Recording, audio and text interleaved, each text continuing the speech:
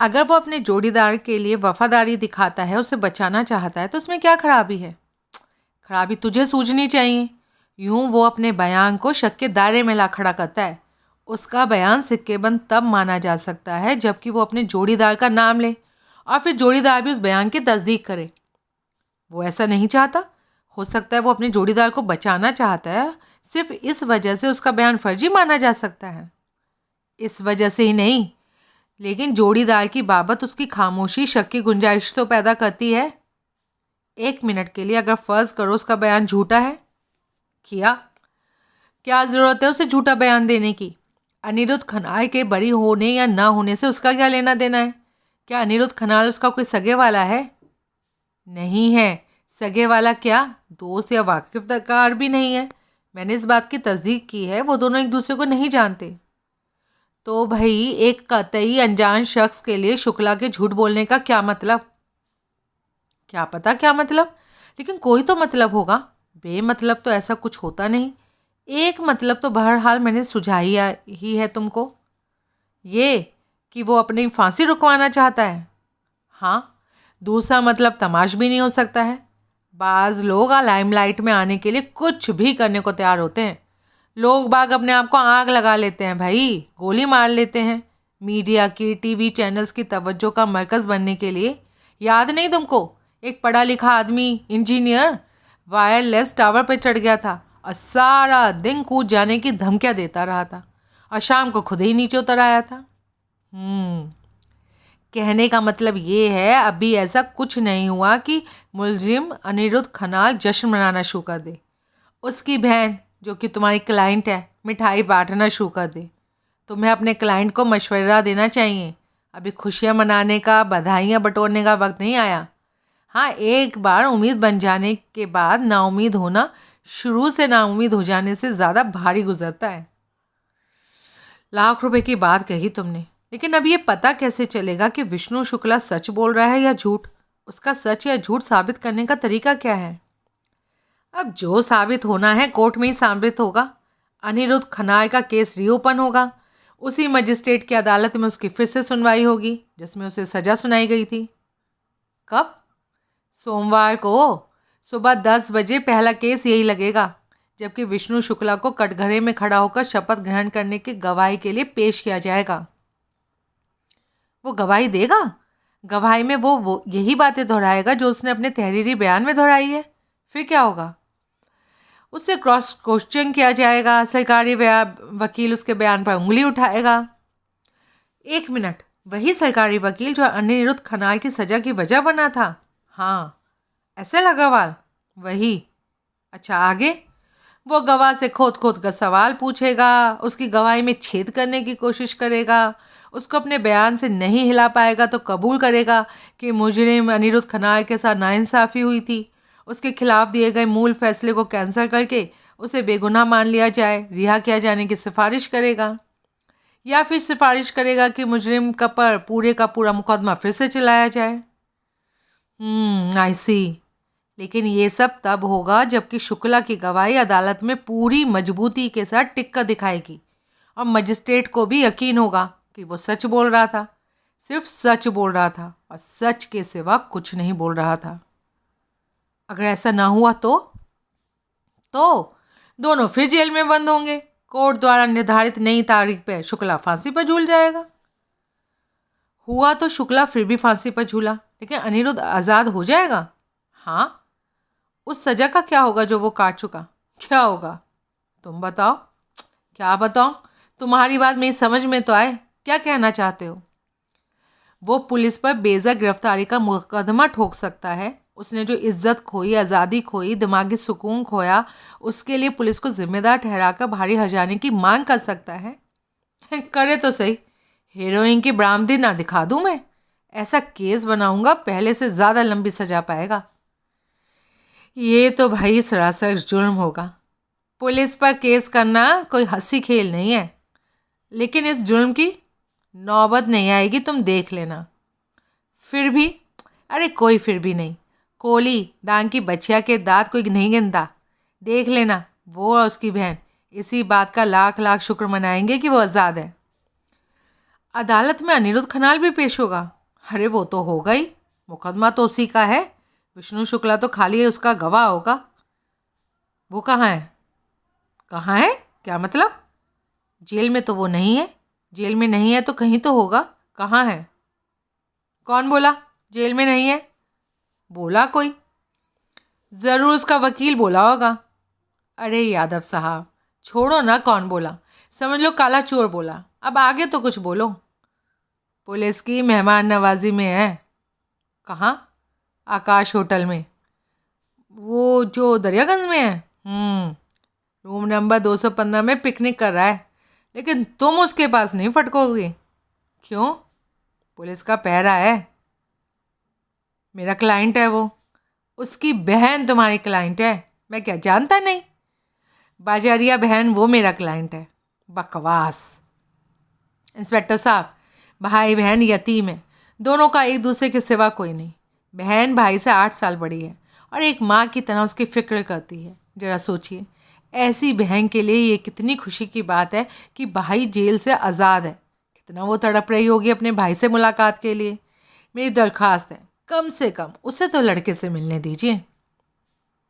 मैं उसे मुलाकात की इजाज़त दे दूंगा तो तुम उसकी पूंछ से बंधे साथ आओगे।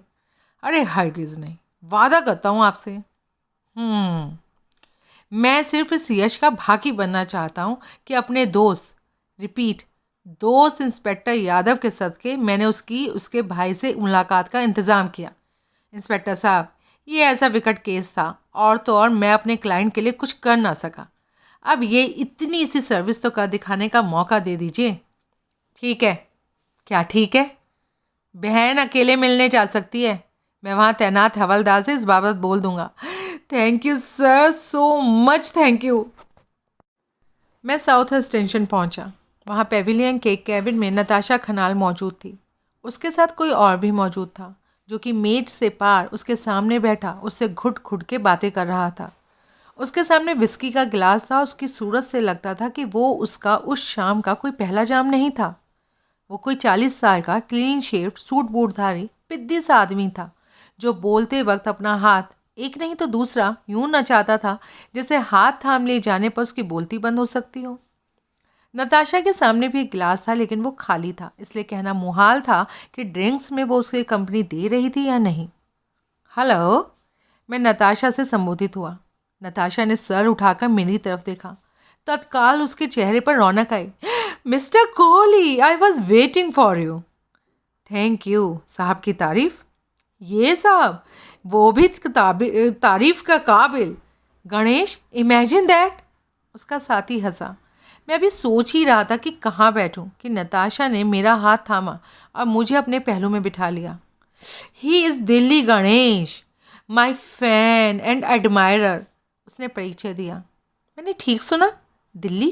Delhi Ganesh? Yes of course. South में सेम नेम का कोई एक्टर हो ना सकता। ये उसका fan and admirer, as he is my fan and admirer, इस वास्ते ये भी दिल्ली गणेश। हेलो दिल्ली, मैं बोला। गणेश, अभी सुना ने डॉल क्या बोला? गणेश बोला। दिल्ली भी बोला। डॉल कुछ भी बोले, आउटसाइड डॉल मेरे को जो बोलने का है गणेश बोलने का है। अंडरस्टैंड? साला पिद्दी सा, फिर भी कड़क बोलता था। मैंने उसकी बात की तरफ ध्यान न दिया। मैं नताशा की तरफ घूमा और संजीदगी से बोला, मैंने तुमसे बात करनी है। Yes of course Ganesh, my honey child. Yes doll, वो पालतू कुत्ते जैसी तत्परता से बोला। Go take a walk. What? For 10 minutes? Oh, for 10 minutes. आता हूँ। वो उठकर खड़ा हुआ। Thank you. हनी, इसको मेरा इंट्रोडक्शन दिया, मेरे को इसका इंट्रोडक्शन नहीं बोला। ओह, हे सुधीर कोहली। करता क्या है मिस्टर कोहली? डिटेक्शन करता है, प्राइवेट डिटेक्टिव यू नो। आई सी, अभी मालूम हुआ मेरे को प्राइवेट डिटेक्टिव कैसा होता है। अभी क्यों मालूम हुआ? क्योंकि असल में गोबर गणेश है। मैं बोला। व्हाट? करता क्या है तुम्हारा दिल्ली गणेश? मैंने नताशा से पूछा। आई मीन तुम्हारा फैन एंड एडमायरर होने की फुल टाइम जॉब होने के अलावा। बोलेगा ना, अरे मैन तुम अभी इधर ही है। Yes, I mean no, I mean here I go. वो चला गया। ड्रिंक लेगा मिस्टर कोहली? नहीं, पहले बात करेगा। About my brother? Yes. Lawyer से मिला? यस। उस इंस्पेक्टर से भी मिला जिसकी कस्टडी में अनिरुद्ध है। Oh my God, that's very good. क्या जाना? सुनो। सविस्तार मैंने उसे सब कुछ कह सुनाया, जो कि उसने पूरी संजीदगी के साथ सुना।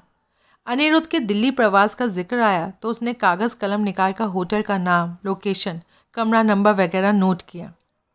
भाई से मिलने जाओगी? ये भी कोई पूछने की बात। राइट अवे, गोली का माफिक। और तुम्हारे जमुरे का क्या होगा? जो मूरा? जमूरा, दिल्ली गणेश, तुम्हारा फैन एंड एडमायरर जो वॉक के लिए गया। वो अभी रुकना मांगता, लौटेगा तो मेरा मैसेज बोलना। क्या? थोड़ा टाइम के वास्ते डेड हो जाए। है कौन वो? बोला तो, तुम्हारा फैन एंड एडमायरर होने के अलावा। बरगरा है क्या? बोले तो चोर, ताला तोड़, famous. Famous? In his circle 2 time jail गया, इसलिए फेमस। यस। ऐसे आदमी से तुम्हारा क्या वास्ता? है ना वास्ता, मेरे को कीमती गिफ्ट्स देता है और तुम उसे कबूल करती हो। बट ऑफ कोर्स, बदले में तुम क्या देती हो? वही जो उसे पसंद। क्या? कंपनी? बस सिर्फ कंपनी? फिलहाल वही। उसके बाद देखेगा। कौन देखेगा, तुम कि वो? मैं अभी जाता है। नहीं, अभी रुको ज़रा। क्या मांगता मैन? मेरा एक बात का जवाब देकर जाओ। क्या पूछना मांगता? खास तुम्हारे भाई की सहूलियत के लिए विष्णु शुक्ला ने वो करामाती बयान क्यों दिया? हाँ, उसका कॉन्शियस हर्ट करता था, इस वास्ते किया। Good deed of the lifetime किया, गॉड को प्लीज किया, रिपेंट किया, गुनाह बख्शवाया। बस यही वजह है। और क्या वजह हो ना सकता? कहीं ऐसा तो नहीं अपने भाई के हक में वो बयान देने के लिए तुमने उसे तैयार किया? क्या बोला मैं? ऐसी एक कोशिश तुम पहले भी कर चुकी हो। पहले? भाई के खिलाफ केस कमज़ोर करने के लिए सरकारी वकील को रिश्वत देने से तुम्हें कोई गुरेज नहीं था, लेकिन तब तुम मौका चूक गई थी। इस बार नहीं चूकी। क्या कहना मांगता मैन? विष्णु शुक्ला करके वो आदमी जो बयान दिया, वो मैं उसको ब्राइब किया तो दिया? क्या ऐसा तो नहीं है? नहीं, कैसे होना सकता मिस्टर कोहली? अभी मेरे को जो बोला सो बोला, किसी और के सामने ये बात तुम जबान पर लाया हो तो क्या? I will kill you, now get out of my way. मैंने उठकर उसे रास्ता दिया। सोमवार सुबह 9:30 बजे के करीब पटियाला हाउस के उस कोर्ट में जिसमें अनिरुद्ध खन्नाल को सजा सुनाई गई थी, वो ही लोग मौजूद थे जिनका किसी न किसी तरीके से केस से कोई ताल्लुक था। उस रोज़ इस बाबत मजिस्ट्रेट की खास हिदायत थी, इसलिए कोर्ट का प्रवेश द्वार बंद था और उस पर एक सिपाही तैनात था। भीतर वैसे ही 4 पुलिसिए तैनात थे जो कि दर्शकों वाले हिस्से में बिखर कर खड़े थे। मजिस्ट्रेट के अलावा कोर्ट का सारा स्टाफ, क्लर्क, अर्दरी, स्टेनोग्राफर वगैरह वहाँ पहुँचा हुआ था। कोर्ट में दोनों मुजरिमों के अलावा जो लोग मौजूद थे वो थे दोनों वकील, मकतूल नरेश चावला का पिता गोविंद चावला, मुजरिम अनिरुद्ध खन्नाल की बहन नताशा खन्नाल, सरकारी वकील का सहायक वकील राजीव त्यागी, सफाई के वकील का लेगमैन सुबीन निगम, इंस्पेक्टर देवेंद्र यादव, उसका एक सहायक सब इंस्पेक्टर जिसका कि मुझे नाम नहीं मालूम था, और US truly Sudhir Kohli, the only one. Magistrate के आने में अभी टाइम था, इसलिए कई ग्रुप्स में आपसी गुफ्तगू का सिलसिला जारी था। कोर्ट का प्रवेश द्वार क्योंकि मजबूती से बंद था, इसलिए भीतर दोनों मुजरिमों की मूवमेंट्स पर भी कोई पाबंदी नहीं थी। इसी वजह से अदालत के कोने में खड़ा विष्णु शुक्ला कपिल मकवाना से बतिया रहा था। वो संकरे माथे, कंजी आंखों और पिचके गालों वाला दुबला पतला क्लीन शेव्ड शख्स था। उसकी नाक चपटी थी और बीच से यूं दबी हुई थी जैसे कभी टूटी हो और ठीक से जुड़ ना सकी हो। वो डेनिम की जीन्स, खद्दर का कुर्ता और अंगूठे वाली चप्पल पहना था। अरे क्यों फिक्र करते हो वकील साहब, वो कह रहा था। मैं अपने बयान से नहीं हिलने वाला। मेरा बयान वही होगा जो मैंने तुम्हें सुबीर निगम को मोहर बंद करके दिया और तुम्हारी तसल्ली के लिए कर फिर तुम्हारे सामने दोहराया। मुझे तुम्हारी बात पर यकीन है मेरे भाई। मैं तो सिर्फ इस बात पर जोर देना चाहता था कि अनिरुद्ध खन्ना की आइंदा ज़िंदगी का सारा दारोमदार तुम्हारे बयान पर है। अब मुझे मालूम है मजिस्ट्रेट तुम्हारी जबान से निकली हर बात पर शक करेगा। करे, गलत किसी बात को नहीं ठहरा सकेगा। फिर भी इन बातों का खास ख्याल रखना है। जिन बातों का खास ख्याल रखने की हिदायत दी थी उन्हें मैं ना सुन सका। थोड़े परे अनिल खन्नाल एक बेंच पर गोविंद चावला के पहलू में बैठा था।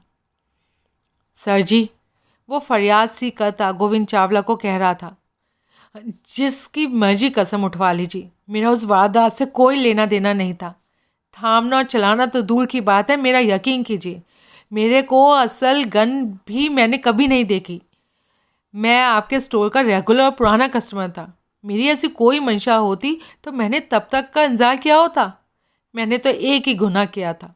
मेरी तकदीर ऐन उस वक्त मुझे आपके स्टोर पर लेकर गई जिस वक्त वो दोनों ने अपनी करतूत के लिए आपको चुना था। मेरा यकीन कीजिए सर जी, अब मेरे बारे में आपके मन में जो भी भ्रांति है उसे प्लीज़ निकाल दीजिए। कोई भ्रांति नहीं है, गोविंद चावला धीरे से बोला। मैंने जो देखा सो बयान दिया। मैंने कलाई पर जंगी जहाज़ वाला गोदना साफ देखा। मैंने हल्के नीले रंग के आधी भांग की कमीज साफ देखी। पुलिस वाले ने तुम्हें फरार होने की कोशिश में रंगों हाथों पकड़ा। फिर भी यह नतीजा मैंने नहीं निकाला था कि कातिल तुम थे। पुलिस ने निकाला था, सरकारी वकील ने निकाला था और मजिस्ट्रेट को उससे इत्तफाक हुआ था। लेकिन मैं इस बाबत और कोई बात तुमसे नहीं करना चाहता। लेकिन सर जी, चावला उठकर खड़ा हो गया और उससे परे जाकर बैठ गया। राजीव त्यागी नताशा खन्नाल के करीब खड़ा था और यूं ललचाई आंखों से उसे देख रहा था जैसे उसे सालम हजम कर जाना चाहता हो। कमीना मेरा काम करने की कोशिश कर रहा था। क्या है? वो विचलित भाव से बोली। मैडम, आप तो आज भला की हसीन लग रही हैं। क्यों फेंकता मैन? मैं इधर हसीन लगने आया? मैं अपना ब्रदर को रिलीज़ का वास्ते आया, जो पता नहीं होगा कि नहीं। आपका हसीन लगने के लिए कहाँ कुछ करना पड़ता होगा। ये तो खुदा का नूर है जो अपने आप ही टप टप टपक रहा है। Can it man? Subir Nigam सरकारी वकील एसएल अग्रवाल के पास खड़ा था। मेरे को तो शुक्ला के बयान पर पूरा पूरा एतबार है, वो कह रहा था। क्यों? अग्रवाल भुनभुनाता सा बोला। तुम्हारे में सच झूठ पहचानने का कोई मीटर फिट है? है तो सही। ओह शट अप, अभी होता हूँ, एक बात कह लेने दीजिए। कहो। मौजूदा हालात में आपको केस को सरकारी वकील वाले नज़रिए से नहीं, इंसानी नज़रिए से रखना चाहिए। मेरा एक ही नज़रिया है, जो पकड़ा गया है वो मुजरिम है, जो कटघरे में खड़ा है वो मुजरिम है, और जो मुजरिम है वो सज़ा का हकदार है। लेकिन सर, मानवता के नाते जो करना है मजिस्ट्रेट करे, सब अख्तियार उसके पास है। मारे चाहे बख्शे, जहर दे चाहे जाम दे। नहीं? हाँ, वो तो ठीक है, लेकिन तुम ऐसा करो, मजिस्ट्रेट के चैम्बर में पहुंचो। अगर वो आ गया हो तो जो फूंक मेरे कानों में मार रहे हो जाकर उसके कानों में मारो, शाबाशी देगा। आज तो आप मजाक कर रहे हैं सर। कर तो नहीं रहा हूँ, तुम्हें लगता है तो लगे, उसने कंधे उचकाते हुए कहा। सुबीर निगम पिटा सा मुंह लेकर परे हट गया। मैं इंस्पेक्टर यादव की तरफ बढ़ा, लेकिन वो पहले ही कोर्ट क्लर्क की तरफ बढ़ चला और रेलिंग पर उससे बतियाने लगा। उस माहौल में मैंने उसे डिस्टर्ब करना उचित नहीं समझा और अपना रुख बदलकर कपिल मकवाना के करीब पहुंचा। क्या ख्याल है? मैंने पूछा। नेक ख्याल है। नतीजा उम्मीद के मुताबिक निकलेगा? ज़रूर। मैंने विष्णु शुक्ला से बहुत लंबी सर खपाई करी है। अब मुझे पूरा यकीन है उसकी कोई बात फर्जी नहीं है। वो जो कह रहा है सच कह रहा है। इस सच का सिक्का कोर्ट में चल गया, अनिरुद्ध बरी हो गया, तो वो पुलिस पर, सरकार पर मुकदमा दायर कर सकता है। कर तो सकता है। केस जीत सकता है। जीत सकता है भाई, उसका बरी हो जाना उसकी बेगुनाही का अपने आप में सबूत होगा। हासिल क्या होगा? हर्जाना। कितना? काफ़ी, लाखों में। इंस्पेक्टर यादव कहता है कि पुलिस पर केस करने की उसकी मजाल नहीं हो सकती। ऐसे मामलों में पुलिस वाले हमेशा यही एक जबान बोलते हैं। मजाल की बताइए, अनिरुद्ध की होगी? उसने हिचकिचाते हुए इनकार में सर हिलाया। वजह? वजह उसका क्रिमिनल रिकॉर्ड है, उसका कैरेक्टर डाउटफुल है। तो क्या हुआ? इंसाफ की मांग तो कोई भी कर सकता है। अभी वो छूट तो जाए, फिर इस बाबत उसी से सवाल करना। उससे या बहन से? बहन से, क्योंकि इस बाबत वो भी पहले बहन से ही बात करेगा। ठीक। मैंने हॉल में नताशा की तलाश में निगाह दौड़ाई तो उसे विष्णु शुक्ला से बतियाते पाया। उत्सुकतावश मैं उनके करीब सरक गया। मिस्टर शुक्ला, मैं थैंक यू बोलना मांगता। काहे को? तुमको मालूम, तुम तो मेरा ब्रदर का वास्ते no less than god almighty जो उसका रिलीज का सिचुएशन क्रिएट किया। क्या किया? क्या किया मैडम? बयान दिया जो उसको बेगुनाह साबित करना सकता। अरे मेरे को मालूम होता कि उसकी बहन ऐसी पटाखा थी तो ऐसा बयान मैं पहले देता, बहुत पहले देता। जोक मारता।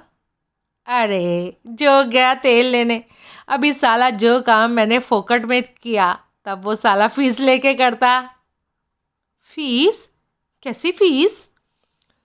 शुक्ला ने उसकी कमर में चिकोटी काटी, बोली, ऐसी फीस। नताशा तड़प कर परे हटी। वो हंसा। तभी कोर्ट की घड़ी ने 10 बजाए। मजिस्ट्रेट के चैम्बर का कोर्ट की ओर का दरवाज़ा खुला और उसने अदालत में कदम रखा। कोर्ट में शांति छा गई। जो लोग बैठे थे वो खड़े हो गए। मजिस्ट्रेट अपनी कुर्सी पर बैठ गया। उसकी निगाह पैनी होती हुई कोर्ट में फिरी। फिर वो बोला, I will have order in this court. सब लोग अपने अपने निर्धारित स्थान पर व्यवस्थित हुए। इस कोर्ट में मुजरिम अनिरुद्ध खनाल के केस की फिर से सुनवाई होगी। मजिस्ट्रेट बोला, कोर्ट में विष्णु शुक्ला नाम के फांसी की सजा पाए मुजरिम का एक इकबालिया मोहरबंद तहरीरी बयान दाखिल किया गया है, जिसमें उसने मकतूल नरेश चावला के कत्ल का इल्ज़ाम अपने सर लिया है और यूं मुजरिम अनिरुद्ध खनाल को बेगुनाह ठहराया है। ऐसे बयान को मोहरबंद तहरीर की बिना पर ही बतौर सबूत मंजूर नहीं किया जा सकता। इसको मंजूरी लायक बनाने के लिए संबंधित व्यक्ति शपथ ग्रहण करके अदालत के सामने बयान ज़रूरी है, ताकि वादी और प्रतिवादी दोनों पक्षों को उस पर विचार करने का मौका मिल सके। Is that clear? दोनों पक्षों के वकीलों के सर सहमति में हिले। डिफेंस अपना गवाह पेश करें। ऐसा करने के लिए कपिल मकवाना के उठने से पहले सरकारी वकील एस.एल. अग्रवाल उठ खड़ा हुआ। मिस्टर पब्लिक प्रोसिक्यूटर, आप कुछ कहना चाहते हैं? मजिस्ट्रेट तनित अप्रसन्न भाव से बोला। यस योर ऑनर, अदालत की कार्रवाई शुरू होने से पहले मैं इस सारी प्रक्रिया पर अपना ऐतराज़ रिकॉर्ड दर्ज करवाना चाहता हूँ। ऐतराज़ की वजह? योर ऑनर, बावजूद इसके कि कथित इकबालिया बयान अभी सबूत के तौर पर पेश नहीं किया गया है और कोर्ट के रिकॉर्ड में शामिल नहीं किया गया है, मैं रिकॉर्ड में दर्ज कराना चाहता हूं कि वो बयान योर ऑनर आपने, डिफेंस काउंसिल कपिल मकवाना ने और मैंने अपने पब्लिक प्रोसिक्यूटर की हैसियत में पढ़ा है। रिकॉर्ड में दर्ज किया जाए, लेकिन सारी प्रक्रिया पर ऐतराज़ की वजह बयान की जाए। योर ऑनर, गौर किया जाए कि वो गवाह कौन है जिसकी वजह से प्रक्रिया वजूद में आने जा रही है। वो गवाह एक नोन बैड कैरेक्टर है, प्रोक्लेम्ड ऑफेंडर है, आदि मुजरिम है और फांसी की सज़ा पाया खूनी है। वो एक ऐसा शख्स है जिसका इस केस में इसकी कार्रवाई से कोई वास्ता नहीं, जिसका उस जुर्म से कोई रिश्ता नहीं जिसके लिए अनिरुद्ध खनाल पर मुकदमा चला। उसे दोषी ठहराया गया और सज़ा सुनाई गई। ऑब्जेक्शन योर ऑनर, मकवाना बोला। सरकारी वकील साहब के ये कमेंट्स गैर ज़रूरी हैं और उस ग्रैंड स्टैंड का हिस्सा हैं जिसके कि ये आदी हैं, और ये हाल तब है जबकि यहाँ ना मीडिया मौजूद है ना दर्शक। ऐसी बयानबाजी। No personal comments mister defence attorney, come to the point, state your objection. Your honour, my objection is that mister public prosecute is assuming the facts not in evidence. इनका केस की सुनवाई शुरू होने से पहले ये सोच के बैठ जाना कि पेश होने जा रहे गवाह का केस की कार्यवाही से कोई वास्ता नहीं, नाजायज़ है, बेबुनियाद है और गैर ज़रूरी है। योर ऑनर, अग्रवाल दखल अंदाज हुआ। जब पेश होने जा रहा गवाह अपने इकबालिया बयान में खुद कहता है कि उसके गुनाह में अनिरुद्ध खनाल की कोई शिरकत नहीं थी, उसमें अनिरुद्ध खनाल उसका जोड़ीदार नहीं था, तो गवाह की कोर्ट में पेशी इसलिए होने जा रही है कि जो कुछ उसने अपने कन्फेशन में कहा है उसकी वो गवाह के कटघरे में खड़ा होकर अंडर ओथ तस्दीक कर सके।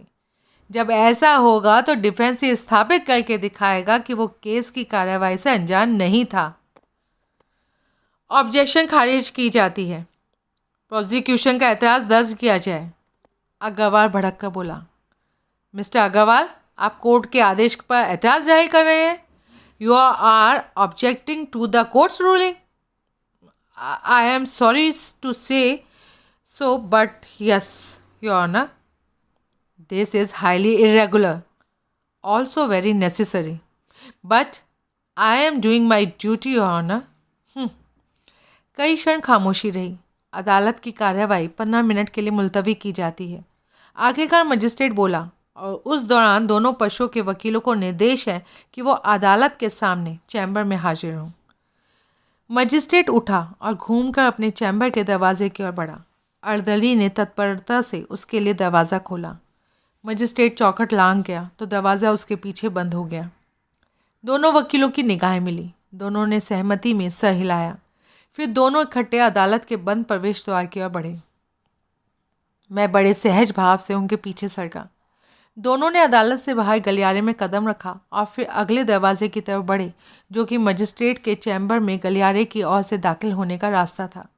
उस दरवाजे के बाहर स्टूल पर बैठे चपरासी ने उठकर दरवाज़ा खोला और उनके भीतर चले जाने के बाद उनके पीछे पूर्ववत बंद किया। मैं दरवाजे के करीब पहुंचा और वहाँ ठिठका।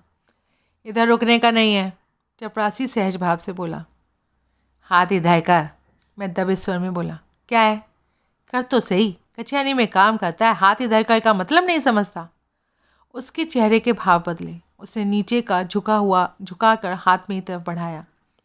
मैंने उसकी खुली हथेली में 100 का नोट सरका दिया। हथेली फ़ौरन मुट्ठी में बदल गई। 5 मिनट इधर ठहरने देने का नजराना है ये, मैं दबे स्वर में बोला। दरवाजे में झांकने सुनने लायक थोड़ी सी झिरी बना दे तो एक बड़े वाला गांधी। उसकी आंखों में चमक आई। सबसे बड़े वाला? लालच बुरी बला होती है वैसे, हाजिर को हुज्जत नदानी होती है। क्या हाजिर क्या? अरे बड़े से छोटे वाला, सरकाओ। 5 मिनट बाद, अभी जो बोनी की है उससे सब्र कर। उसने हौले से दरवाजे के एक पल्ले को धक्का दिया। ज़रा और। उसने पल्ला थोड़ा और सरकाया। मैंने सावधानी से भीतर झाँका। मजिस्ट्रेट एक विशाल एग्जीक्यूटिव टेबल के पीछे एग्जीक्यूटिव चेयर पर पसरा बैठा था। दोनों वकील उसके सामने खड़े थे। मैंने झिरी पर से आंखें हटा ली, क्योंकि मेरा वो पोज लंबा चलता तो किसी को भी शक आ सकता था, और कान यूं खड़े कर दिए कि भीतर से आती हर आवाज़ में सुन पाता। प्लीज़ सिट डाउन, मुझे मजिस्ट्रेट की आवाज़ सुनाई दी। थैंक यू सर, दोनों वकीलों की संवेद आवाज़ आई। मिस्टर अग्रवाल, क्या प्रॉब्लम है? क्या है तुम्हारे मन में? क्या कहना चाहते हो? यहाँ ऑफ द रिकॉर्ड कहो। मजिस्ट्रेट बेतकल्लुफ़ी से बोला। मकवाना के सामने? मुझे अग्रवाल की आवाज़ सुनाई दी। नो प्रॉब्लम, ये कोर्ट नहीं है। We are all friends here, okay? जो मैंने कहा है सर वो दिन की तरह साफ है। फांसी की सज़ा पाए मुजरिम, जो कि सिर्फ 48 घंटे बाद फांसी पर झूलने वाला हो, मरने से पहले कुछ भी कह सकता है, बल्कि यूं कहिए कि उससे कुछ भी कहलवाया जा सकता है। नॉनसेंस, मकवाना मुंह बिगाड़ कर बोला। यार नॉनसेंस ही सही, अग्रवाल खींच कर बोला। सुन तो लो, इसलिए तो बात मजिस्ट्रेट के चैम्बर में हो रही है। यहाँ भी ऑब्जेक्शन वाला ही रवैया अख्तियार करना है तो फिर चलो बाहर कोर्ट में चलते हैं, जहाँ कि सब कुछ ऑफिशियल होगा, ऑन रिकॉर्ड होगा। मुझे कोई एतराज़ नहीं, इसलिए मैंने कोर्ट की कार्यवाही मुलतवी की है। इसलिए हम यहाँ बैठे हैं ताकि फ्रैंक और अनवार्निश बातचीत हो सके। यहाँ सुनने में कोई हर्ज नहीं है। मजिस्ट्रेट बोले। नहीं तो फिर? आई एम सॉरी। अब बोलो, मजिस्ट्रेट अगवा से बोला। मैं ये कहना चाहता हूँ कि मौत से चंद कदम दूर मुजरिम मरने से पहले कुछ भी कह सकता है, कोई भी दावा पेश कर सकता है। वो 1 या 10 कत्लों का जिम्मेदारी अपने सर ले सकता है। ऐसा करने से उसका क्या बिगड़ने वाला है? एक शख्स को 1 से ज़्यादा बार तो फांसी पर टांगा नहीं जा सकता। लिहाजा एक मिली भगत के तहत वो एक इकबालिया बयान देता है जो एक फेलो कन्विक्ट को उस पर लगे इल्ज़ाम से बरी करता है। मेरी सोच में क्या खराबी है? खराबी तो कोई नहीं, लेकिन महज एक थ्योरी के बिना पर उसके बयान को खारिज भी तो नहीं किया जा सकता। वो सच भी तो बोलता हो सकता है। हो सकता है सर, बात जब सकने की हो तो झूठ बोलता भी तो हो सकता है। उसकी मनोस्थिति को स्थापित करने के लिए ज़रूरी है पहले उसकी सेल्फ सर्विस स्टोर वाले कत्ल से कोई कड़ी मिलाई जाए। अगर ऐसी कोई कड़ी नहीं मिल पाती, ऐसा कोई सबूत सामने नहीं आता जो वारदात के वक्त के दौरान उसकी मौका वारदात पर मौजूदगी साबित कर सके, तो उसके कन्फेशन को, इकबालिया बयान को शक की निगाह से देखे जाने की क्या ये अपने आप में बड़ी वजह नहीं होगी? एक आदमी दावा करता है कि फला जगह जो कत्ल हुआ था वो उसने किया था, लेकिन वहाँ अपनी मौजूदगी स्थापित नहीं कर सकता, तो ये राय बनाना लाजमी है कि किसी निहित स्वार्थ के हवाले शायद वो झूठ बोल रहा हो। वारदात के वक्त जिस एक शख्स ने दोनों आतताइयों की सूरत देखी थी वो नरेश चावला था, लेकिन वो गवाही देने के लिए इस दुनिया में नहीं है। अब कैसे ये शख्स अपने तार उस वारदात के साथ जोड़ पाएगा और अपने इकबालिया बयान को काबिल एतबार बना पाएगा? मैं तुमसे सहमत हूँ, लेकिन ये प्रॉब्लम तुम्हारी तो नहीं, ये प्रॉब्लम डिफेंस की है। अपने गवाह के बयान की सत्यता सिद्ध करना, विश्वसनीयता स्थापित करना डिफेंस का काम है। मुझे नहीं लगता सर डिफेंस ये काम कर सकेगा। काम मुश्किल है, मकवाना बोला, लेकिन उसको अंजाम देने की कोशिश तो करना होगा। अपने क्लाइंट के लिए मेरा जो फ़र्ज़ है, मेरी जो जिम्मेदारी है, उसे तो मेरे को निभाना होगा ना। ये काम आसान नहीं होगा मकवाना, मजिस्ट्रेट की आवाज़ आई। All the same I understand. मैं ये पॉइंट आउट करना चाहता था कि आइंदा पेश आने वाली कार्रवाई के 2 पहलू हैं। एक में तुम्हें अपने गवाह के उस क्राइम से तार जोड़कर दिखाने होंगे जिसकी बाबत की उसका इकबालिया बयान है। दूसरे में उसके इकबालिया बयान की सत्यता को स्थापित करके दिखाना होगा। मैं तुम्हें आगाह करना चाहता हूँ, जब तक तुम पहली बात को निर्विवाद रूप से स्थापित करके नहीं दिखाओगे, दूसरे को स्थापित करने की इजाज़त तुम्हें नहीं दी जाएगी। समझे? जी। तुम दोनों कामों को अंजाम देने में कामयाब हो गए तो तुम्हारी काबिलियत की मैं जाती तौर से तस्लीम करूँगा। देखेंगे। और इसी संदर्भ में मैं एक बात मिसाल के तौर पर जोड़ना चाहता हूँ। अग्रवाल बीच में बोला। वो कोई ऐसी मिसाल नहीं है जिससे आप नहीं वाकिफ़ या मकवाना नहीं वाकिफ़ होगा, लेकिन फिर भी मैं उसका जिक्र करना चाहता हूँ। क्या कहना चाहते हो? मकवाना बोला। 25 साल का एक नौजवान लड़का कत्ल करता है और पकड़ा जाता है। उसका 80 साल का दादा इकबालिया बयान देता है कि कत्ल असल में उसने किया है। क्यों देता है? क्योंकि वो तो कब्र में पांव लटकाए है, जबकि पोते के आगे अभी सारी ज़िंदगी पड़ी है। मेरा सवाल ये है कि दादा के ये कहने भर से कि कत्ल उसने किया है पोते को बरी कर दिया जाता है? नहीं। क्यों? तुम्हें मालूम है क्यों? क्योंकि वो बयान मोटिवेटेड है, पोते को बचाने के लिए है। उस इकबालिया बयान की तभी कोई अहमियत है जबकि उसे सब्सटेंशियल किया जा सके, उसकी सत्यता को निर्विवाद रूप से प्रमाणित किया जा सके। नहीं? हाँ। अब जब कोर्ट में पहुंचो ना तो ये बात याद रखना। रखूँगा। अग्रवाल खामोश हो गया। अब एक कानूनी नुक्ता और भी है, मजिस्ट्रेट बोला, जो कि काबिले गौर है। अगर इस केस की ओरिजिनल सुनवाई में मुलजिम के साथ नाइंसाफ़ी हुई है तो उसकी तलाफ़ी क्यों कर होगी? जो घंटी बज चुकी वो अनबजी क्यों कर होगी? अगर लड़का बेगुनाह था फिर भी मेरी अदालत में सज़ा पा गया था तो इंसाफ की दुहाई है कि कुछ किया तो जाना चाहिए। क्या किया जाना चाहिए ये हम तीनों को सोचना है, क्योंकि हम तीनों ही उसकी सज़ा के लिए ज़िम्मेदार थे। ये भी एक मुद्दा है जिसकी वजह से कायदे कानून के स्थापित दस्तूर से बाहर जाकर मैंने ये मीटिंग बुलाई है। तुम लोगों को मेरे से इत्तेफाक होगा, अगर उसे गलत और नाजायज़ सज़ा हुई है तो उसके लिए हम तीनों जिम्मेदार हैं। पब्लिक प्रोसिक्यूटर की हैसियत में अग्रवाल इसलिए क्योंकि इसने एक बेगुनाह को गुनहगार साबित कर दिखाने का करतब दिखाया। डिफेंस अटॉर्नी की हैसियत से मकवाना तुम इसलिए क्योंकि तुम अपने क्लाइंट को सही रिप्रेजेंटेशन नहीं दे सके। उसको डिफेंड करने में तुमसे कोताही हुई, वरना तुमने उसे बेगुनाह साबित करके दिखाया होता। और मजिस्ट्रेट की हैसियत से मैं इसलिए क्योंकि मैंने एक बेगुनाह को सज़ा सुनाई। एक नौजवान को बेगुनाह होते हुए भी जेल की लंबी सज़ा हुई है, जिसका एक हिस्सा वो काट भी चुका है। हम सब उसके गुनाहगार हैं, इसलिए हम तीनों का फ़र्ज़ बनता है हम उसके साथ हुई नाइंसाफ़ी को इंसाफ में तब्दील करें, कैसे भी उस घंटी को अनबजी करें जो कि बज चुकी।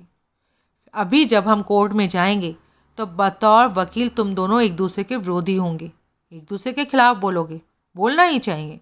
इसलिए प्रोसिक्यूशन और डिफेंस एक दूसरे के विरोधी पक्षों के वकील कहलाते हैं। लेकिन मैं ये चाहता हूँ अगर तुम दोनों इस मान सम्मान या हार जीत का मसला ना बनाओ, एक दूसरे के खिलाफ तलवारें भाजने का मिजाज ना बनाओ, बल्कि ये मिजाज बनाओ कि अगर कहीं से सच की झलक मिलती है तो उसे तस्लीम करना है। एक जने को सच की दिशा में बढ़ता कोई मार्ग दिखाई देता है तो दूसरे ने उस मार्ग को प्रशस्त करना है, उसके आगे दीवार नहीं खड़ी करना है। मुझे आपके जज्बात की कद्र है सर, अग्रवाल बोला, और आपकी कई बातों से इत्तेफाक भी है, लेकिन साथ ही ये बग्घी तो घोड़े के आगे जोतने की कोशिश है। वो लड़का बेगुनाह है, इस सिलसिले में दिल्ली अभी बहुत दूर है। अग्रवाल, मैंने जो कहा है कंडीशनल कहा है। इस कंडीशन के तहत कहा है कि लड़का बेगुनाह है। अगर वो बेगुनाह नहीं है तब तो बात ही ख़त्म। अब क्या कहते हो?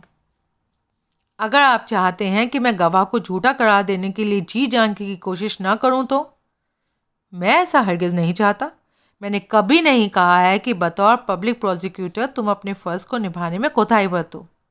मैंने सिर्फ इतना कहा है कि तुम ये ज़िद नहीं ठानो कि जिस शख्स को तुम गुनाहगार साबित करके सज़ा दिला चुके हो वो बेगुनाह साबित हो गया तो तुम्हारी हेटी हो जाएगी। इसलिए कैसे भी करो तुम ऐसा नहीं होने दोगे, राइट? मेरी ऐसी कोई ज़िद नहीं है सर। श्योर, यस, मैं यही सुनना चाहता था। लेकिन मैं फिर भी कहता हूँ विष्णु शुक्ला के इकबालिया बयान को तभी कोई अहमियत दी जा सकती है जबकि उसके तार निर्विवाद रूप से मूल अपराध से जुड़े। हालांकि मेरा इस बाबत कुछ कहने का फ़र्ज़ नहीं बनता, फिर भी इंसाफ की खातिर मैं एक सुझाव देना चाहता हूँ जो कि गवाह की गवाही को परखने की कसौटी बन सकता है। मेरा सुझाव इस बात पर मुनहसर है कि अनिरुद्ध खनाल के मूल ट्रायल के वक्त इस बात का कोई जिक्र नहीं आया था कि उस वारदात में स्टोर से कितनी रकम चोरी गई थी। क्या प्रोसिक्यूशन ने, क्या डिफेंस ने, क्या गवाहों ने सबने इस बात पर जोर रखा था कि इस वारदात को स्टोर का कैश लूटने के लिए अंजाम दिया गया था, जिसमें कत्ल का दखल इत्तफाकन ना कि इरादतन बना था। वारदात के भुक्तभोगी ने भी, जिसने कि वारदात में अपना जवान बेटा गंवाया था, खुद भी गोली खाई थी। यही अपने बयान में कहा था कि स्टोर का सारा कैश लूट लिया गया था, लेकिन ये नहीं कहा था कि वो कितनी रकम थी। ये कहना गलत होगा कि शायद गवाह को रकम का अंदाज़ा नहीं था, क्योंकि उस वक्त वो कैश ही गिन रहे थे और उसे चौकस करके हटे ही थे कि वो आतताई वहाँ पहुँच गए थे। वैसे भी कैश रजिस्टर ऑटोमेटिक मशीन होती है जो हर सेल को अपने आप रिकॉर्ड करती चलती जाती है और ग्रैंड टोटल बनाती जाती है। क्लोजिंग टाइम से पहले कैश की गिनती कैश रजिस्टर के ग्रैंड टोटल से मिलान करने के लिए की जाती है।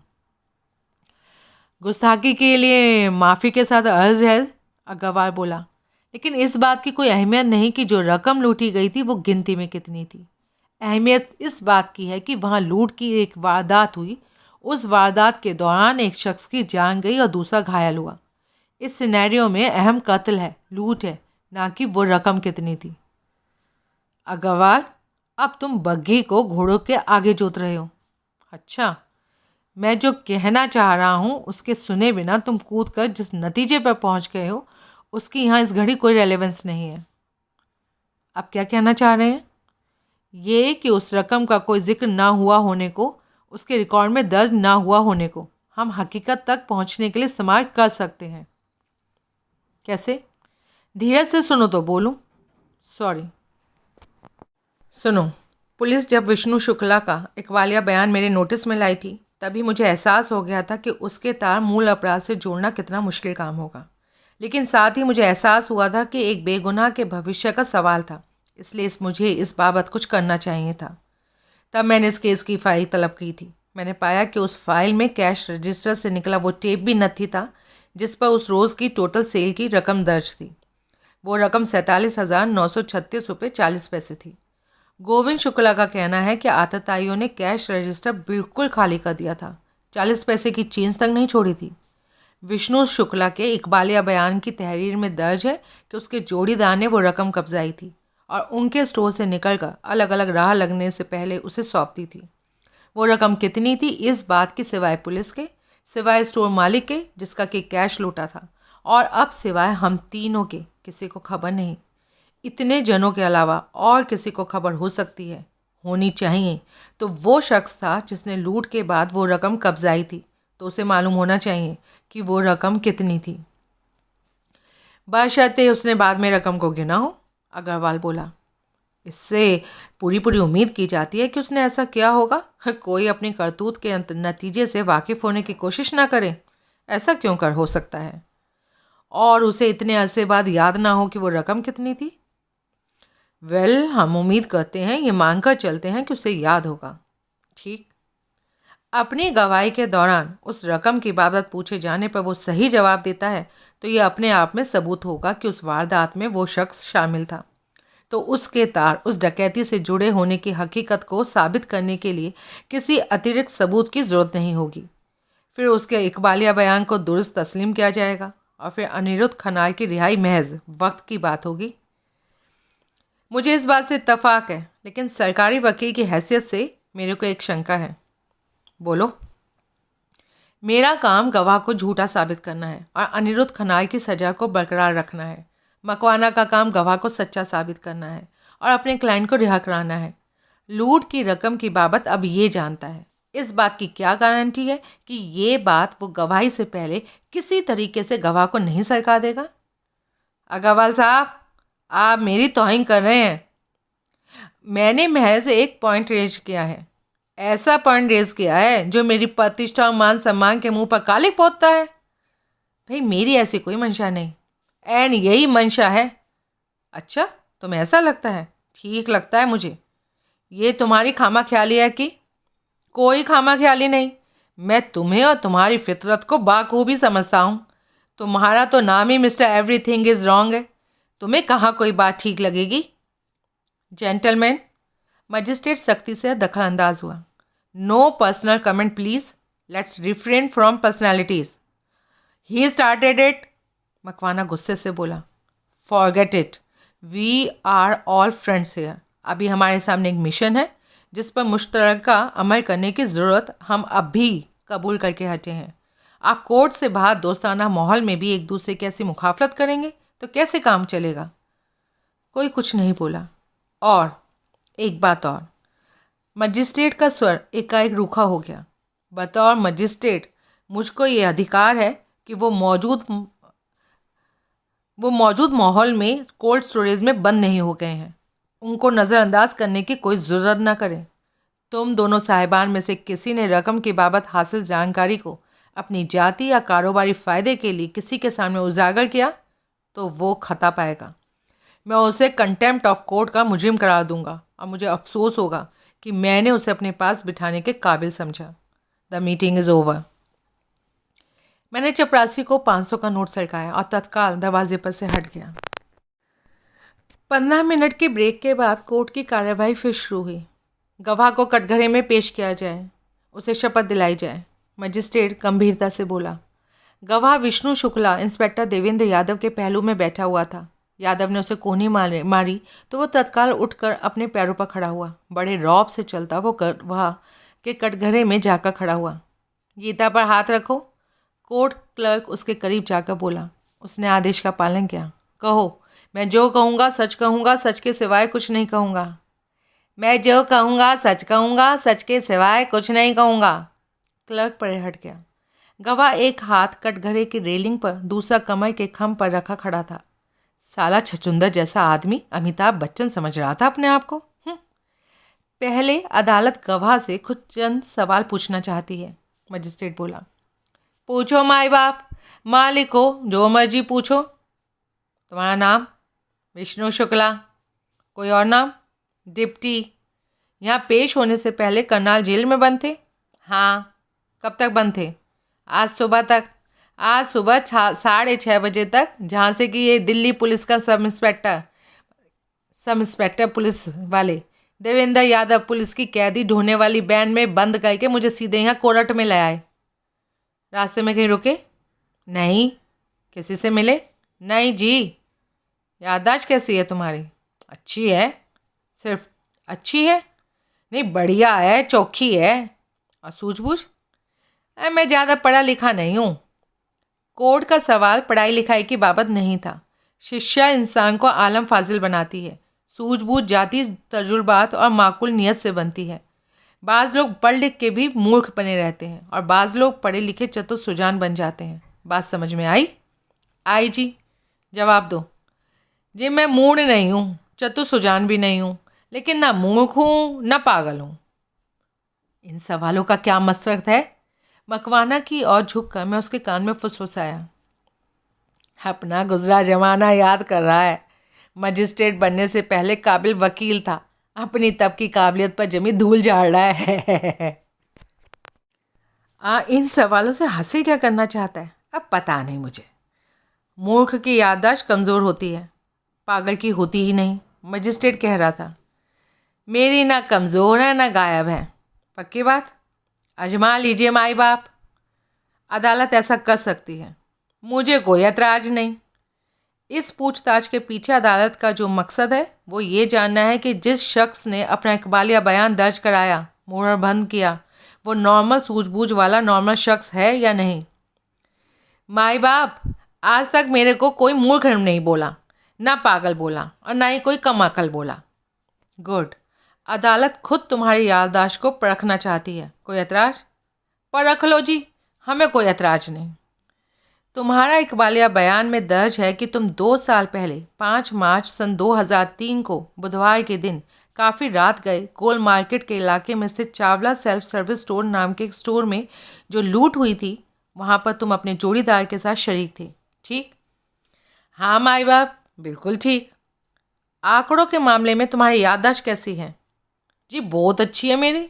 कभी सट्टा लगवाता था, एक ही वक्त में ढेरों रकमें जुबानी याद रखता था, सब कुछ इधर।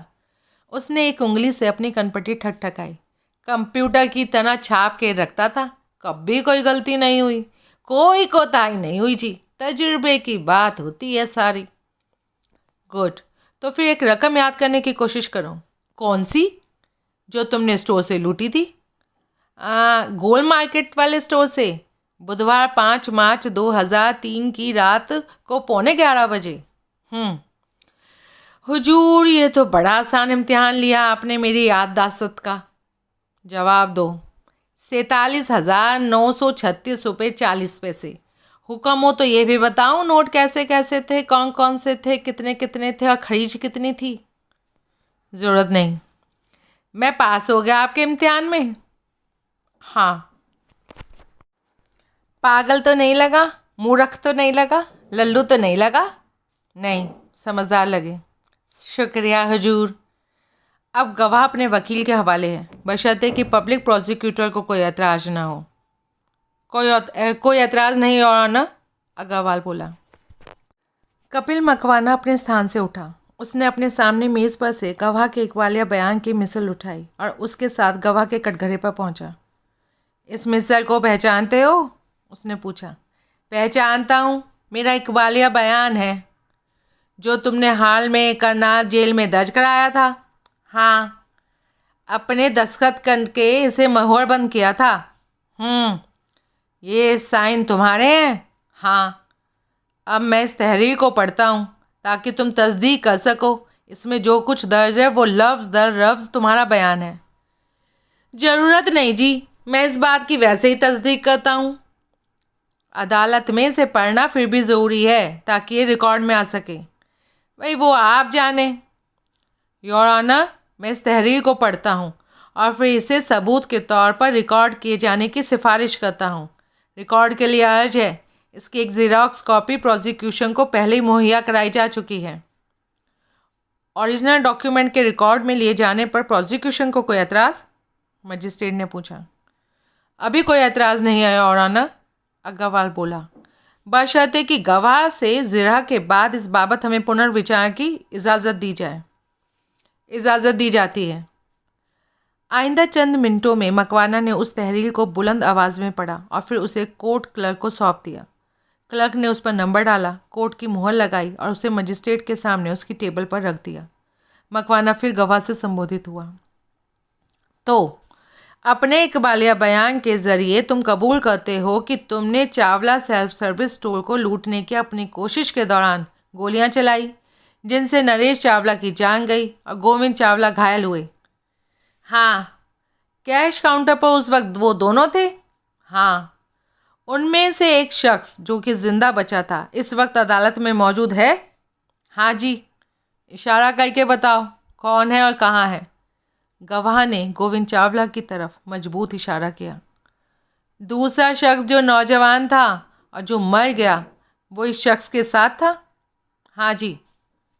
तुमने उन्हें चेतावनी दी थी कि घूम कर ना देखें? हाँ, लेकिन नौजवान पर तुम्हारी चेतावनी का असर नहीं हुआ। उसने घूम कर देखा था और क्या कहा था?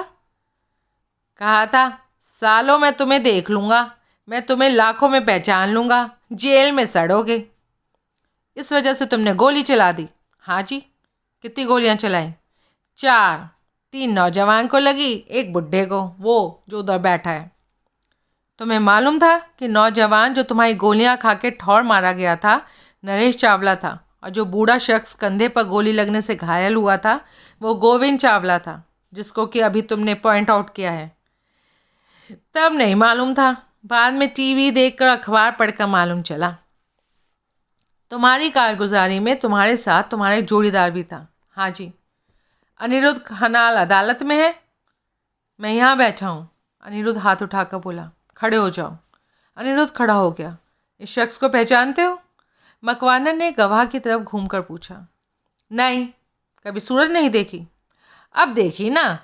अब से पहले? नहीं। इसका नाम अनिरुद्ध खनाल है। तुमने आज से पहले से कभी नहीं देखा? बोला तो जवाब दो। जी मैंने नहीं देखा इसको पहले कभी। क्या ये सच नहीं? गोल मार्केट के स्टोर वाली वारदात में ये तुम्हारा जोड़ीदार था? नहीं जी, ये सच नहीं है। सोच समझ के जवाब दो। अब सोच समझ के जवाब दिया, इतनी मामूली बात के लिए सोचना क्या और समझना क्या? मैं एक बार फिर पूछता हूँ, इस नौजवान से जो इधर तुम्हारी और मुंह किए खड़ा है, जिसका नाम अनिरुद्ध खनाल है, क्या किसी तरीके से तुम्हारा कोई ताल्लुक है? क्या ये गोल मार्केट के सेल्फ सर्विस स्टोर की लूट और खून खराबे की वारदात में, जिसमें कि नरेश चावला नाम के नौजवान की जान गई थी, तुम्हारा जोड़ीदार था? नहीं जी, एक बार फिर पूछो, 1000 बार फिर पूछो, मेरा एक ही जवाब है, नहीं नहीं नहीं। मैं इस शख्स को नहीं जानता। अब इस घड़ी से पहले मैंने ज़िंदगी में कभी इसकी सूरत नहीं देखी। शुक्रिया। Your witness. मकवाना सरकारी वकील की तरफ घूमा। अग्रवाल ने सहमति में सर हिलाया। मकवाना अपनी सीट पर जा बैठा। मेरी उससे निगाह मिली। शुक्र है। वो अपनी खुशी छुपाता बोला। शुक्र है, यानी कि बन गया काम? मैं बोला। अब भी कोई कसर रह गई? इस गवाह को अग्रवाल का बाप अपने बयान से नहीं हिला सकता। भाई वाह, क्या बढ़िया ब्रेक मिला है लड़के को। क्या एन उम्दा इच्छा फल एन उसकी झोली में आ टपका है। मज़ा आ गया। अग्रवाल ने थोड़ी देर राजीव त्यागी से मंत्रणा की और फिर उठकर गवाह के कटघरे पर पहुंचा। उस वक्त उसकी सूरत से ऐसा लग रहा था जैसे कि उसके भीतर कोई गुबार उठ रहा है। उसने गवाह की तरफ यूं देखा जैसे निगाहों से उसे भस्म कर देना चाहता हो। तो तुम्हारा कहना है कि अनिरुद्ध खनाल तुम्हारा जोड़ीदार नहीं था? हाँ, लेकिन कोई जोड़ीदार होने से इनकार तुमने नहीं किया है। तुमने कहा है कि ये शख्स वारदात में तुम्हारा जोड़ीदार नहीं था। इसका मतलब हुआ कि कोई तो था, यानी कि तुम कबूल करते हो कि उस खूनी वारदात में तुम्हारे साथ कोई शरीक था। गवाह खामोश रहा। जवाब दो, तुम कबूल करते हो कि तुम्हारा कोई जोड़ीदार था? हाँ। गवाह तनिक विचलित भाव से बोला। अब अग्रवाल ऐन उसके सामने यूं जाके खड़ा हो गया था कि उन दोनों के बीच सिर्फ कटघरे का लकड़ी का जंगला था, जो ना होता तो ज़रूर उन दोनों के शरीर एक दूसरे को छू जाते। गवाह के पोज में तब भी कोई फ़र्क नहीं आया था। उसका एक हाथ रेलिंग पर था और दूसरा फिल्मी स्टाइल से कमर पर यूं था कि कुर्ते के भीतर घुसा हुआ था और उस तरफ से कुर्ता कदरन ऊंचा उठा हुआ था। क्या हाँ? अग्रवाल ने पूछा। जी मैं कबूल करता हूँ मेरा कोई जोड़ीदार था। कौन था वो जोड़ीदार? उसने इनकार में सर हिलाया। कौन था? नाम लो उसका। नहीं। क्यों नहीं? मैं यहाँ इसलिए मौजूद हूँ क्योंकि मैं किसी को उसकी मुसीबत से निजात दिलाना चाहता हूँ। किसी को मुसीबत में फंसाने के लिए मैं यहाँ नहीं हूँ जी। ये मेरे सवाल का जवाब नहीं है। जो सवाल मैंने पूछा है मुझे उसका सीधा और सच्चा जवाब चाहिए। बोलो, कौन है तुम्हारा जोड़ीदार? मैं नहीं बताने वाला। नाम लो उसका। मैं नहीं लूँगा। गवाह से जो सवाल पूछा गया है वो उसका जवाब दे, मजिस्ट्रेट बोला। जी मैं नहीं दे सकता। मजिस्ट्रेट का चेहरा कठोर हो गया। गवाह को आगाह किया जाता है कि जवाब ना देने की सूरत में उस पर अदालत की अवमानना का चार्ज लगेगा। गवाह हंसा। और इस नए चार्ज की सज़ा क्या होगी? ज़रूर फांसी से बड़ी होगी। ज़रूर मुझे ज़्यादा लंबी रस्सी से ज़्यादा देर तक ज़्यादा ऊंचा टांगा जाएगा। जी मैं नई सज़ा भुगतने को तैयार हूँ माई बाप। मजिस्ट्रेट ने असहाय भाव से गर्दन हिलाई। मैं अदालत से दरख्वास्त करता हूँ, अग्रवाल बोला, कि अगर अदालत जब गवाह के इकबालिया बयान की सत्यता पर विचार करे तो उसकी इस वक्त की ढिठाई और जानबूझकर अदालत की अवमानना करने के रवैये पर भी विचार करे। विचार ज़रूर किया जाएगा। ऑब्जेक्शन योर ऑनर, मकवाना बोला। डिफेंस को गवाह के खिलाफ इस आपसी समझौते जैसी मंत्रणा पर सख्त ऐतराज़ है। Objection sustained. सरकारी वकील के प्रस्ताव और कोर्ट की टिप्पणी को रिकॉर्ड में से खारिज कर दिया जाए। Thank you your honour. Now proceed mister public prosecutor. Yes your honour. Agrawal फिर गवाह से संबोधित हुआ।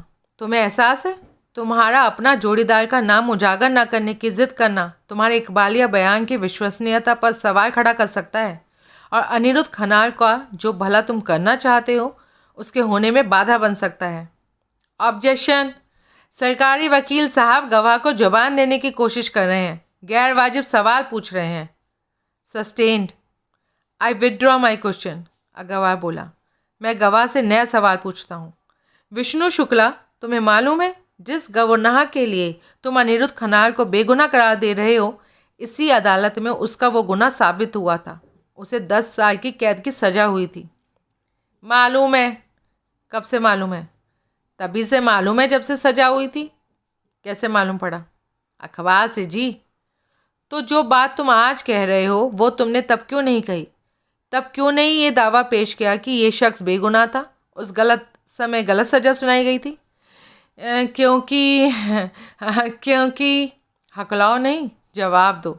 तब ये बात तुम सामने आकर नहीं तो गुमनाम रहकर भी कर सकते थे, क्यों नहीं कही? जी मैं पंगा लेना नहीं चाहता था। हकीकत बयान करना पंगा लेना होता है? मेरे लिए हो सकता है। तो वो पंगा तुम्हें अब क्यों कबूल है? वजह जाहिर है, मुझे फांसी होने वाली है। अब कोई पंगा मेरा क्या बिगाड़ सकता है? फांसी होने वाली ना होती तो इस बाबत क्या तुम अभी भी खामोश रहते? हाँ जी। लिहाजा तुमने जो कदम उठाया अपनी अंतरात्मा की आवाज़ सुनकर नहीं उठाया, नफ़ा नुकसान तोल कर उठाया। यही समझ लीजिए आप। मैं कुछ नहीं समझना चाहता, मैं तुम्हारा जवाब चाहता हूँ।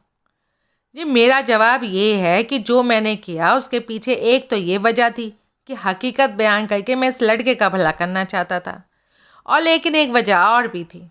अच्छा, और भी एक वजह थी? हाँ जी। क्या वजह थी? वो वजह ये थी कि अपने इकबालिया बयान के सदके मैं यहाँ इस अदालत में आपके रूबरू होना चाहता था। क्या? मुझे मालूम था मेरे इकबालिया बयान ने ही सब काम नहीं कर देना था। उसकी सत्यता को प्रमाणित करने के लिए मेरे को इस अदालत में बयान भी देना पड़ता था और आपकी जिरह का सामना भी करना था। यानी कि मेरा इस अदालत में आपके आमने सामने होना तो निश्चित था। वकील साहब, ये मेरा डबल गेम था। एक तो मैं इस लड़के को बरी करना चाहता था, दूसरा मैं आपके सामने आना चाहता था। दूसरी बात किस लिए? तुम क्यों मेरे रूबरू होना चाहते थे? अब भी समझाता हूँ जनाब। एकाएक उसका हाथ अपने कुर्ते की जेब से बाहर आया